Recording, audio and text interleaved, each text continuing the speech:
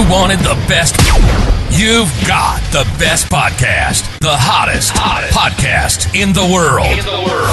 The Chris Voss Show, the preeminent podcast with guests so smart you may experience serious brain bleed. The CEOs, authors, thought leaders, visionaries, and motivators. Get ready. Strap yourself in. Keep your hands, arms, and legs inside the vehicle at all times, because you're about to go on a monster education roller coaster with your brain. Now, here's your host, Chris Voss. Hi, folks. It's Voss here from thechrisvossshow.com. There you go. Welcome to the show, folks. Ladies and gentlemen, welcome to the big show. We certainly appreciate you guys coming by. Thanks for being here. As always, the Chris Voss Show is a family that loves you but doesn't judge you. To all our new listeners, we've been having this New Year's resolution crowd come into the show. And after 15 years and millions of downloads, we're getting a 330% increase in volume this month of January. So if you're new to the show, we certainly appreciate you guys having here. Please stay. Don't be like the gym crowd who just goes to the gym for the first 2 months and then quits. We will improve your life, guaranteed. If you listen, but you have to listen. That's the deal. Go to goodreads.com/Chris Voss, LinkedIn.com/Chris Voss, Chris Voss 1 on the TikTokity, and Chris Voss Facebook.com as well. We always have the most brilliant minds on here, the CEOs, the billionaires, the White House presidential advisors, the Pulitzer Prize winners, people that bring their stories, their learnings, their educating that they've done to the show, and they they impart their knowledge upon you, and will change your life. If you don't have epiphanies or learn some new paradigms of the show, you better check your eardrums because they're full of wax. We have an amazing gentleman on the show. He's a multi-book author. His newest book is called The Two-But Rule. Turn negative thinking into positive solutions, which is always important to take and do. And it's currently in stock wherever fine books are sold. John Wolpert joins us on the show today. We'll be talking to him about his amazing book. He is an esteemed speaker, writer, and thinker in technology and business innovation. As a CEO, product executive, and advisor, he's been at the vanguard of technological breakthroughs from the early days of the web to the rise of artificial intelligence. John is known for founding Flywheel, a pioneer in the ride-hailing industry. His work at IBM made him a key figure in the evolution of open-source software, blockchain, and AI. He's co-founded global R&D consortia and industry standard bodies, and his thought leadership on open innovation has been showcased in the Harvard Business Review. He's led countless new venture workshops, spoken before the European Union and the Australian Parliament G'day, in his mission to help organizations work together to solve hard problems. Welcome to the show, John. How are you? It's good to see you, Chris. I sound pretty good, especially with that sultry voice of yours. You know, it's the 10 packs of cigarettes every day. I got to do that. That's what I've got to do. Yeah, you got to do the Kent thing with the no filters or menthol. That's it, right? Yeah. There you go. The Lauren Bacall voice. Yeah. I mean, I'll die of cancer next year, but this sounds great. So, John, give us your .coms. Where can people find you on the interwebs? The two-but rule, all one thing. The two-but rule, 1T, very important, .com will get you to the book page, or just jwolpert.com, 1T also. Also, you can go to my Substack at twobuts.com. That's the number 2, buts.com, where all the buttheads hang out and support each other. There you go. And make sure you use just 1T in the butt. 1T, please. 1T in the butt. Or else you'll end up on my OnlyFans. So, John, give us a 30,000 overview of your book. Yeah, so I was approached by Wiley a year and a half ago, and they wanted me to write the Blockchain is Dead book, and because I weirdly got into that space for a long time, and then decided it was a really terrible idea. And I said, no, that's too much negativity. And they said, we've got another book, and I pitched The Two-But Rule. I think the original title I pitched was Embracing Your Butt, and they like that. And yeah, it is a book full of adolescent butt jokes, but it's also kind of serious in that we have gotten to this point in society where we have this toxic positivity, where we have lost touch with our butts. We are afraid of our butts. We're running from our butts, which is hard to do. It takes commitment to run from your own butt. Plus, it's always behind you, chasing you, so it's in your shadow. I mean, the idea is that you really, success depends a lot on how much momentum you can muster, turning bad ideas into good ones, right? The mythology is that there's some innovator with a great idea. Spanx, you hear about Spanx and how she had this great idea, ignored all the negative thinking and made it happen. Finally, somebody believed in her. No, it's usually a terrible idea, and you evolve it. You turn it, you say, but that won't work. But it would if. But that also won't work. But it would if. You keep doing that. In fact, you think back to Apollo 13, and can you imagine when the oxygen tank blows up, and they've got to scramble to save the lives of the crew. And the first idea was, okay, let's light up the main engine, turn the ship around, burn back to Earth. And the engineers said, but that's not a good idea because it could blow up. It might be damaged. Imagine if when they said that, the answer had been, oh, don't be so negative. That's what you do, right? Often, two-but rule must be kind of like yes and. And I'm like, no. If Dr. Evil is suggesting to you to take over the world, you don't say yes and. You say, but that's a terrible idea because you want your mommy to love you, and this will just make a lot of mommies hate you, but we could do this other thing instead. Oh, so, wow, I should change course then. We had Fred Hayes on the show, too, a couple of years ago. The nerves of steel those guys have that are astronauts for the Apollo 13 mission. These guys really know how to hang on to their butts. He didn't, unlike the Tom Hanks movie, he was complimentary to it, but he goes, we didn't break a sweat until we were coming in, or we were coming in from orbit, or we were coming in the atmosphere. And I think there was something that happened that made it a little weird. And he said that's the only time he broke a sweat. Part of it is because they're trained. They're icy cool. Yeah. They're trained through thousands of failures. They're trained for every if and or but, if you will. And, his cavalier to the whole thing was just like, we were going to be fine. You're just like, people ask me why two butts, and I'm like, because failure is only an option when you stop on an odd numbered butt, right? So if you that really is the key. Is something like dating, right? But that didn't work, and done. Right, I'm fresh out of butts. But if you can muster another one, but it would work. Yeah. There you go. In my experience in research and engineering and doing stuff for IBM and research consortia, if you can do 5 rounds of the two-but rule, you'll have a pretty good invention more times than you think. There you go. Yeah. So what is the two-but rule? Let's just lay a foundation on that. Yeah, the boring term is momentum thinking. Right. So you want to maintain momentum. In fact, you don't have to come up. There's lots of different kinds of butts, right? But I don't like that. But I would if. But you're a big dumb poopy head. But you wouldn't be if. And it's usually separated with the word because, right? But you're a big dumb poopy head because, which really helps. It's not a trite thing. Really, the deeper part of the two-but rule, and I called it the two-but rule and not momentum thinking because it's frankly just more fun to say. And we're trying to get this serious idea into society, right? We have generated a no buts allowed culture where terrible gig economy startups bulldoze whole service sectors, and it solved very few problems. Pile a dozen more on top. Social networks promise, community and deliver blows to social norms. And politics, don't get me started, right? We're just chasing each other's butts around. But I don't like that. Well, okay. A lot of asses in politics, yeah. Yeah.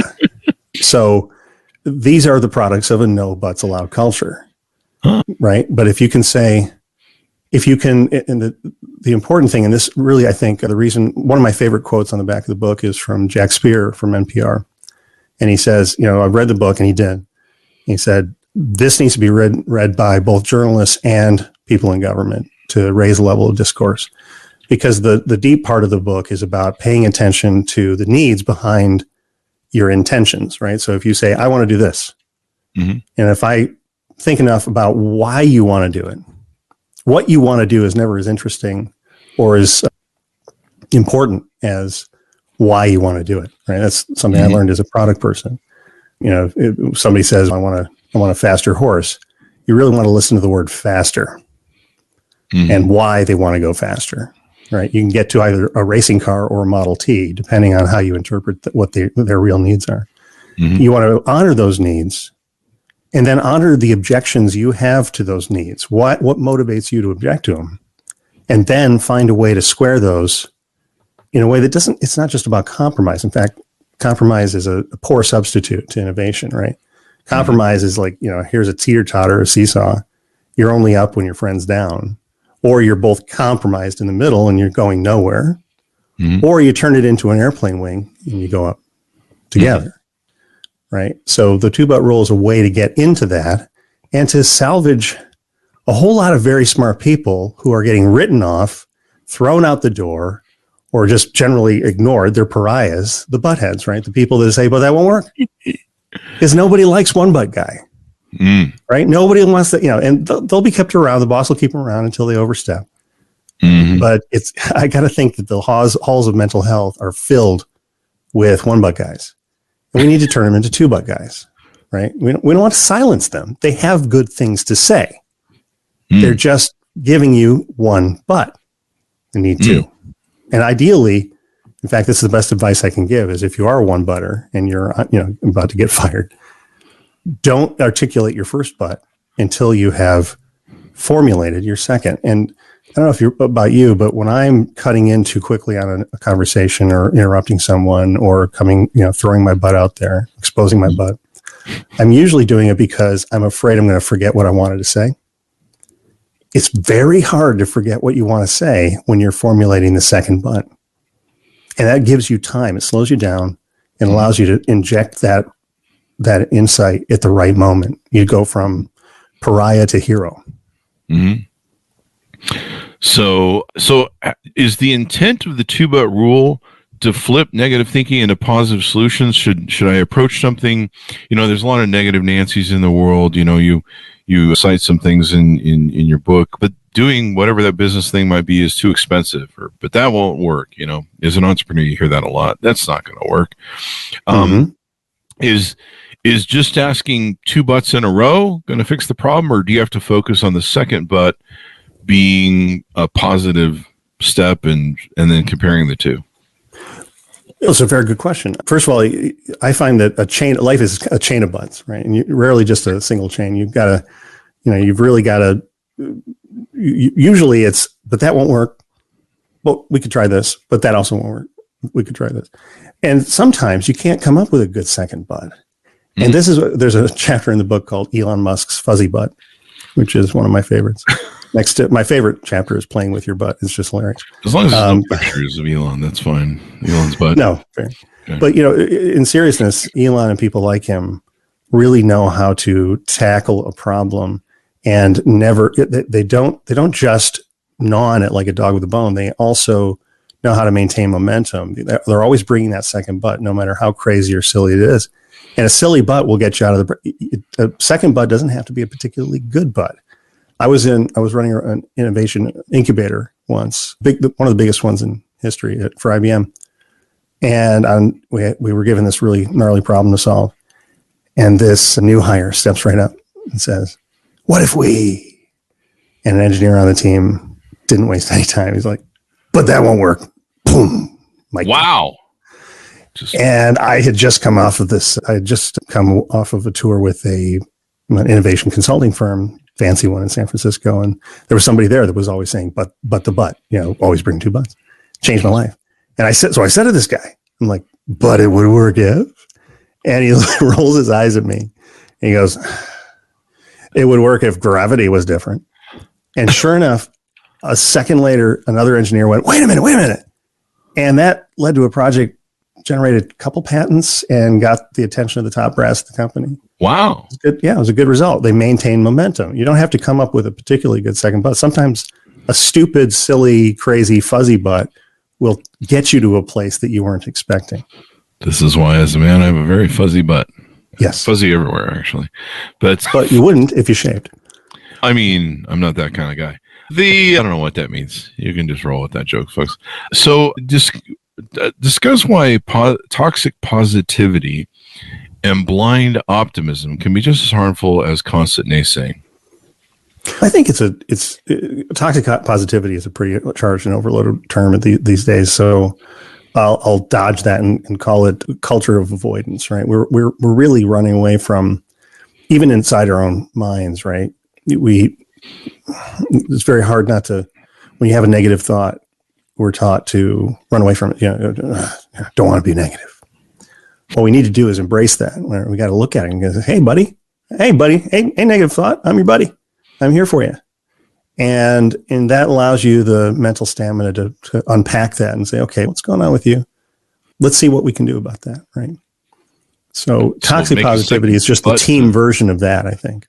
There you go. It's avoidance. So, this kind of reminds me, sometimes the negative but, or as you put it, or the negative notion, the negative comment is almost necessary sometimes to keep a grounding, or to give that paradox, maybe. There's probably another word I'm looking for, but to give an altruism maybe to good ideas too as well. So sometimes it's good to know, like basically what we used to call it looking the dragon in the mouth. I think there's some other variations of that, but that's what we called it.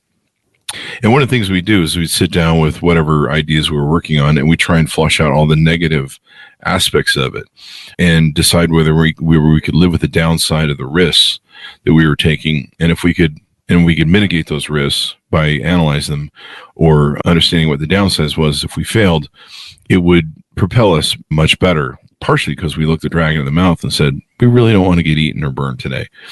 Yeah, that really focuses the mind, right? It really does. There's a great story about Lewis and Clark in the book about how they came to this fork in the road that they weren't prepared for. They hadn't been advised that this fork in the river in the Missouri was there, and they didn't know what to do. It both looked like they could have been the route they needed to take, and most of their crew disagreed with the two captains, Lewis and Clark. They wanted to go one way. Most of the crew, including the expert at this, said go the other way. And so they didn't just pull rank or what have you, or go with the other guys. They said, okay, but we can burn it a half day. Let's go send 2 expeditions out. And they did. Came back, didn't have anything conclusive. Did it one more time. Found on that expedition several species unknown to science before then. So the unexpected result of embracing your butt. And then at the end, they actually went with Lewis and Clark's decision. But even then, most of the crew didn't want to go that way.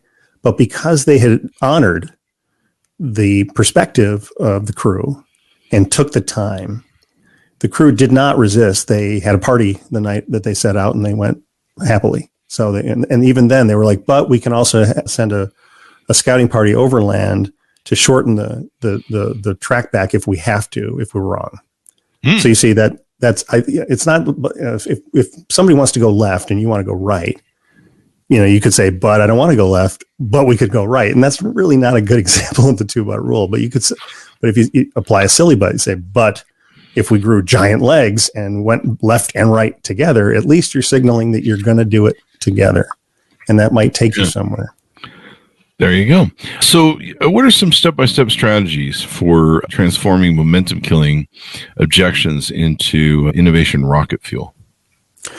I think the first thing, there's several, I could unpack that in several ways. There's a really good passage in the book for product people and entrepreneurs about using the 2-but rule to avoid confirmation bias in lean startup, right? So if you're going to go out and you're going to start a company and you're like, okay, we're going to run an experiment. This happened. So I was the CEO of Flywheel, which was the first ride hailing app. And I got clobbered by Uber. That was a fun story. I'll tell you all about it if you want. And there was a taxi driver coder I hired. If you're going to write a taxi app, hire a coder who's a taxi driver. That's a good idea. And he was a great guy, Kieran Farr. He runs his own stuff now. And Kieran said, hey, we should go. This was early in 2009. And it was not certain that every taxi driver had an iPhone or a smartphone at all. And we wanted to load the software on their iPhones because we'd only raised like about $1 million. So we needed to test that. So we told them all to go. We got on the dispatchers for all these taxi companies. We said, go to Bob's Donuts on Polk Street in San Francisco. Famous Bob, hole in the wall donut shop. We'll give you a donut and cup of coffee if you show us what phone you've got. And sure enough, they came in and there was like 28% had iPhones. Even then, we were like, great, wow. We're on to something moving forward. Side note, I also met my future wife there. Wow. There you go. Yeah. So I got something out of it. Yeah. You did. Let me ask you this. I was actually in a Lyft over the weekend. A car's in the shop. And so I took a Lyft. And the guy, I don't know why, because I was telling him how many Silicon Valley friends I have. And that my friend Robert Scoble was at... He's cool. I've known him. Yeah, he was at Loic's event that Loic used to put on in France or Europe. Louis, I forget his last name, but he used to put on this event. And who was it? Who was the guy? Travis? What's his face from Uber? Yeah, and his little crew there. They were there to pitch Uber, and they were still just pitching this idea. On Robert's lap is Marissa Mayer, of Google fame, who eventually went on to waste a bunch of money at Yahoo. Hey, I think if they had done what they did for Steve Jobs and Lou Gerstner and given her chairmanship and CEOship and be able to fire the board, she'd have had a better chance. They didn't give her that. That meant you cannot turn a company like that around without that kind of power. Yeah. So I don't think she had a fair shake. We'll differ on that one. But Mr. Mayer was sitting on his lap. And I don't think she was CEO quality, honestly, in my book. But so Mr. Meyer's sitting on his lap, and Travis and the other guys are telling him about this fantastic idea of Uber. And so I told that to the driver, and somehow he decides to give me a whole historical lesson of the evolution of Uber. And I just shut up, and I'm just like, I'm not even going to try and cut him off. But he mentioned that there was an app that Uber had stoled. Not really stoled or hijacked or taken over.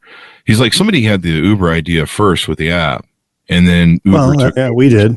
Is that you? We had cars in a map. In fact, it's a great story. I was running an incubator for Best Buy for Brad Anderson and a guy named Rick Rommel and a guy named Cal Patel.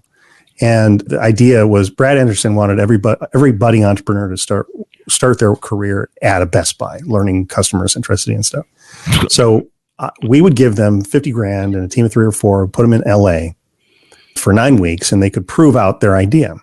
So Daniel, he was a Geek Squad agent. He comes up with the first Cars in a Map app. True story.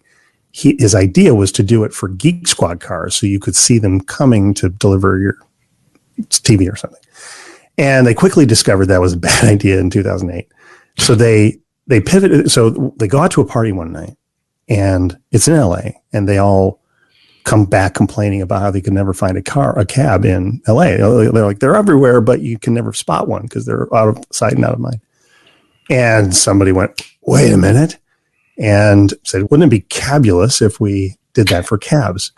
And that resulted in the first cabs on a map app. There's a taxi booking app called Taxi Magic. I know the CEO from those days. And our difference was, and it was not an obvious thing, like, did it matter that that you could see the cars on the map?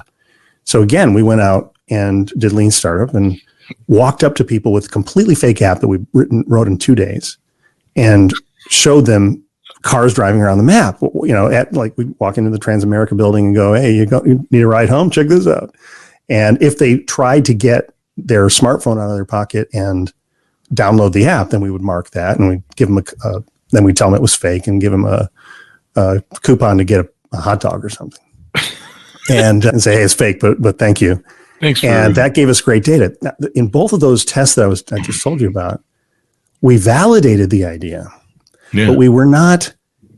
We weren't leaning into our butts, right? So Lean Startup was fine, but we didn't lean into our butts. What we should have been doing is joyously going and looking for all of the other reasons it was not going to work. And one big one that we missed was that while taxi drivers had smartphones, enough to make a difference and for us to get started, they had jailbroken them back in the days when it was like the iPhone, 2 or 3, whatever it was, 3G, 2G, 3G. It couldn't handle data and voice at the same time. So these drivers would get on this chat line all day long with people that spoke their language mainly. Like there was the AirTrain chat line and everything. And they're like complaining that they're not getting any hails because they can't get the data. And that was a very expensive mistake. And it was because we were so happy that we saw that they had the smartphones that we didn't get interested in what other butts were out there. So you asked about just kind of coming around to pay off the promise. That's one that's, there's procedure to that. I mean, it's not just, hey, but it would work if, but it wouldn't if, or what have you. Yeah. I wonder if it was you guys, because he said it was the company that had developed the GPS of it and into the app. And so they could see the thing. He said he'd been a driver since 2005. So I think he did taxis before he was doing Lyft. But it was kind of interesting conversation. At least that part of it was. The rest of it, he literally told me how Uber conquered the market. I'm just like, seriously, dude. Did I not tell you I have friends in Silicon Valley? Do you not think that I know this story like the back of my hand? I watched the whole thing go down. Yeah, Uber. We thought. I remember Bill Gurley, who funded Uber, called me. I remember I was raising. We were finishing the raise, and we were the first thing funded. I'm told we were the first thing funded in Silicon Valley after the financial crash. It was mid 2009, and we only had like maybe 300,000 left in the round. Bill called me. I'll never forget it. I was standing in Pivotal Labs, and he said, "So how much is left in the round?" And I'm sweating because I'd never talked to Bill Gurley, and I knew he was. And I said 300, and he said, "No, that's not enough." And then we had this very nice conversation. I was stupid enough to not read the writing and say, "Okay, I'll just throw that term sheet out." I was still a Boy Scout. I was like, ethics, and I still am kind of a ethics guy. But yeah, he gave me really good advice. He's like, focus. I'm like, yeah, we're focused, San Francisco. It's like, no, South Beach. Focus on just being the perfect thing for South Beach. And that was really interesting. What Miami? I think Uber did, they really knew how to pick their butt. They had picked a different user entirely.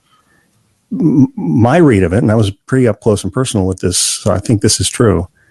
And what I've heard from others is, consciously or unconsciously, they were serving, I'll call it, douchebag in the Castro trying to pick up a date with an iPhone and a limo in 2009, right? So you say, hey, look, that's me. My place or yours, and you pull out your iPhone and you say, look at this. And you if you get a Crown Victoria taxi coming late, that's not going to get you what you want. But that guy is also patient zero prime. He's going to tell everybody about his cool new toy. And played with it. And it's going to excite everyone else, because in those days it was get a taxi or get a limo for slightly more than a taxi. It wasn't like get a Prius for sometimes less than a taxi as it is now. And yeah, that guy was perfect because you didn't have to change the product at all to serve everybody else. Mm-hmm. They were patient zero. Brilliant. I learned more from getting my butt kicked by Uber than anything I can remember. There you go. Now you can be positive with your butts because you got your butt kicked. So there you go. Now, what have we touched on that's inside the book that we can educate people on and help tease them out to pick up the book? Well, there's a ton of really good stories. There's a great story about Calendly. And if you haven't heard the Topia Awatana story, it's great. Please, I love Calendly. I love it. Yeah. It's in the book. And it's a brilliant story about this guy had to face all the butts. I mean, everything. He had no money. He was from nowhere. He was just a software sales guy, enterprise sales guy from Atlanta, wasn't hanging out doing parties with VCs or incubators in the Valley. I mean, he didn't have any advantages. And he was picking this horribly hard problem that we had been trying to tackle since literally the 80s. So it wasn't like this brand new insight, all right? It was like the calendar ping pong problem has been around forever, and everybody's tried to solve it. Microsoft tried it, Lotus tried to solve it, IBM, everybody. Dozens and dozens of companies that are dead now that tried to solve it. He's got no money, burns a 401k to fund it, doesn't have a CTO or a technical team, hires a Ukrainian technical team, which is usually not the right answer, but he gets a good one. Depends which war they're in. Suddenly. No, these guys were good. Depends which war they're in. Sorry, we do Ukraine jokes on the show from time to time, and Russian ones too. Yeah, it's good to be equal opportunity. Yeah. And then He runs out of money. Oh, wow. Just as they're finishing the product. Everything is done except the payment system. But we don't have any way to get paid. So he can release the product, but he can't get paid. But he released it as a free product. And that's probably why we know them today. Wow. Because everybody went crazy about it at that point. Yeah. So, Well, it's so wonderful and easy to use. You mentioned the ping pong effect. I think you're referring to where you go, hey, should we meet? And you're like, yeah, let's do it. And then you're like, hey, what about tomorrow at 10? You're like, I can't do that. Tomorrow, Tuesday at 8. And you're like, no, I can't do that. Is that what you're referring to? What the ping pong? Yeah, exactly. Like, when are you available? Tuesday, maybe? What time? And you're just back and forth. That's just a huge pain in the butt. And this Calendly really solved that. But there's no reason why did that one hit? It's fascinating. And so it's a really interesting story, and there's a lot more to it. Then there's a story about the long one at the very end of the book is, I took a real hard swing at applying the 2-butt rule to ocean plastic. And that one was daunting. Like, that took a lot of time and research and talking to a whole lot of people in that problem space. Really? And saying, okay, but this won't work, but this won't work. And I'm like, if we can apply this and get anywhere on ocean plastic in that chapter, that was my sweating moment, because I was like, if I can't apply it to this, then I don't have a book. Yeah. It's good. And I'd already sold the book. So yeah. So you had to make up something. No, I'm just kidding. No, it was good. Yeah, no, I made it all up. I throughout my business career, I started my first company. I was 18. There have been so many moments where I had ideas, and either a partner would be like, yeah, I don't think that's going to work. Or I was like, God, I have this great idea. And if somehow we could innovate this, whether it's a business model inside of our business, a process model where you're like, if we can fix this one department and if things could flow better through it without so many hiccups and barriers, this could really be more profitable. And so being able to have that and you're like, well, what if we do this? What if we do that experimentation model? And that's really what made me successful. Was one of my last CEOs I worked for, he taught me to run just experiments, to try stuff. And sometimes he knew stuff was going to fail, but he would try to see if I could do it. Oh, I call that the old but, right? But it didn't work for us in the 90s, but here's what went wrong. So when you try it again, you'll see it coming. Yeah. So I told it was a real important lesson I learned and it's in my book, Beacon's Leadership. And what it was is one day he comes to me and I was like his experiment boy. That sounds weird. That sounds really weird, actually, now that I think about it. I was his experiment guy and his innovator. They used to call me I was the entrepreneur of the company. And so I could be his, kind of like his junior, and because he was busy running things, but he was really good at just seeing outside the box. Like you could work on a plan for whatever he wanted to innovate. And you could sit and we could be like 2 months into it, beating our heads up against the wall. He'd walk in and be like, so where are you at with it? And we're like, right here, this is what it is. And he goes, but we can't get this to work. And he goes, do that. And then he'd leave and then everything would work. And you just hate the hell out of him, but he was a great man. And I'm like, I want to be like that as a CEO someday, be able to see outside the box. And one day, part of what he sold edited and censored movies, much to Hollywood's chagrin up here in Utah. And he would mail the movies, much like Columbia House, out to, on a monthly, rental thing, out to the VCR movies, out to Christian communities throughout the South, and where there was just people who didn't like swearing, nudity, and violence in their movies, and. So we had hundreds of telemarketers, I don't know, 800,000 telemarketers in these giant buildings. And one day he says to me, he goes, hey, Chris, I want you to try something for me. And I go, okay. And he goes, I want you to go door to door and see if you can sell these movies. And I'm like, are you fucking kidding me? I get paid way too much to go door to door. And he goes, no, we got to see if this will work. I need you to run this experiment. And I'm like, okay. I get paid pretty well, so I'm going to go wear a pair of shoes and a suit in the middle of summer.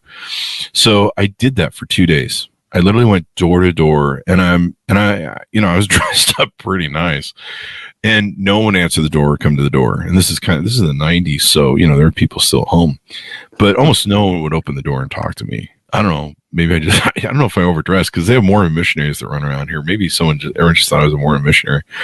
But I pretty much wore a hole in some really expensive dress shoes and walked all over this neighborhood, killed myself for this experiment.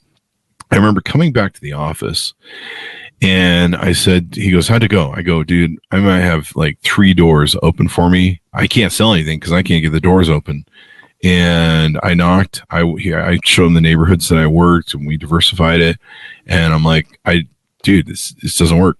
And as I turn to walk out, he makes the comment, I guess it still doesn't work. And I stopped and I spun around and went, what did you say? And he goes, yeah, it still doesn't work. We tried it a few years ago, but I wanted to see if you could make it work. Nice. And so I started getting a little hot under the collar. I'm like, why the fuck would you send me out to do something that you knew wouldn't work? And he goes, Chris, it's about running experiments and testing things. He goes, a few years ago, we tested it. And he goes, I know if anybody could have made that work or figured out how to square that thing, it would have been you.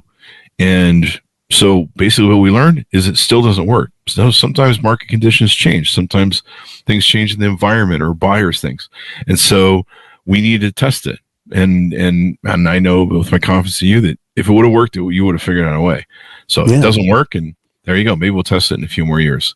And it really hit me like a ton of bricks, mainly because I burned a hole. Very expensive. I was waiting for you to say that, he said it didn't work, or, it still doesn't work. And you went, wait a minute. And then, got mad and made it work somehow. That would have been a good story too. That would have been maybe a good story, but I don't think there was a way. But I was in the mood to take off his head, because 2 days of banging on doors when you're supposed to be an executive of a company is a little bit, No, but that's the real deal, man. I mean, I was in taxis, not to go back to the Uber story, the flywheel story, but one of the most real experiences of my life, and one of the most proud things I've ever done, was be up at night in the middle of the night in taxi dispatch in the seedy part of San Francisco, or riding shotgun. I mean, every taxi driver in San Francisco used to know me and where I lived, because they'd come and try to get their units fixed in my house. I learned more about real stuff than I ever did doing middleware or object-oriented programming stuff at IBM or anywhere else. That was a real experience. So, I mean, getting on, burning through your shoes is honorable work. Mm-hmm. Yeah. But, the idea of the relationship thing that you mentioned struck me.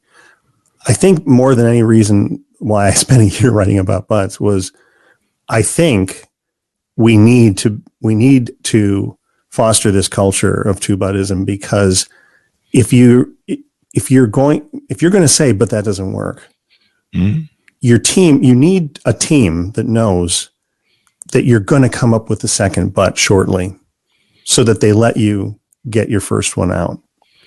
Otherwise, resistance is going to come. If somebody's got an idea and you say, but it won't work, or, but I don't like that, resistance, right? But if we all know, right, if this can get into the zeitgeist, if it can get into the air, oh yeah, what's your second butt, man?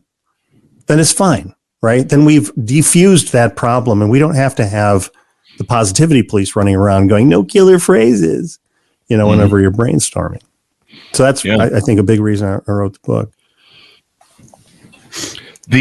I should say, before we wrap, that in cases when you can't expose your butt to other people on your team, this is, I think, and we're checking, but I think this is true.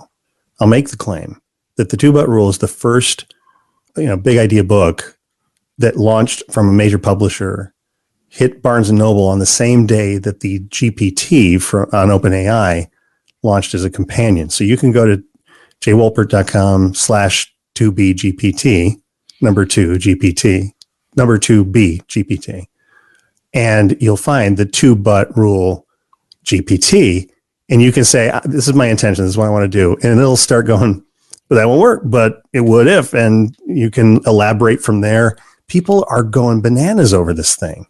Wow. It's coming up with some pretty crazy stuff. So I definitely go try it if you want to say, I intend to take over the world. But it's really interesting.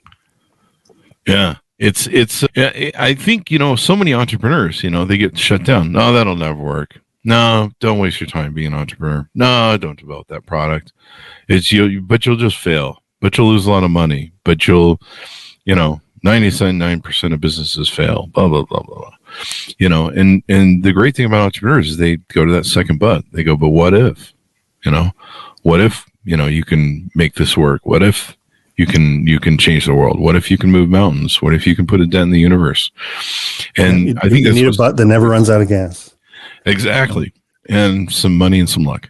There you go. Speaking of which, money, luck, and I guess if people can afford the gas to get to Columbia, South Carolina next week on the 7th, 5 p.m. at the Boyd Innovation Center, the McNair Institute and Moore School and the Boyd Innovation Center are putting on a night of the two-but rule, an Innovator's Evening. You can find it on my website, and we'd love to have you there. Mm-hmm. There you go. Anybody in the Southeast that wants to hang out with a bunch of innovators. There you go. So it's been wonderful to have you on and insightful. Give us your final pitch on the show for people to order the book and .com where people can get it. Or if you've got a team that is wallowing in negativity and can't get out of their own way, having circular arguments, and you need to achieve momentum, and you don't want to fire everybody that's seemingly negative, you might need some help. Get the book or go to jwolpert.com and engage me either with Team Rotary, which is a really wonderful platform that Bob Sutton and others at Stanford and Harvard have put up. It's kind of like a live masterclass. So you can engage me that way, or you can engage me to speak or come and help you out. There you go. Thanks, John, for coming on the show. We really appreciate it. Yeah, you too, Chris. Thanks a lot. There you go. Thanks for tuning in, everyone. Order the book where fine books are sold. The two-but rule. Turn negative thinking into positive solutions. Make sure you use a 1T on the but part of that. Otherwise, you end up on my OnlyFans. You don't want to see that because that's just wrong. Anyway, guys, thanks for tuning in. Go to goodreads.com/Chris Voss, LinkedIn.com/Chris Voss, Chris Voss, one on the TikTok, and all those crazy places we're at. Thanks for tuning in. Be good to each other. Stay safe, and we'll see you guys next time.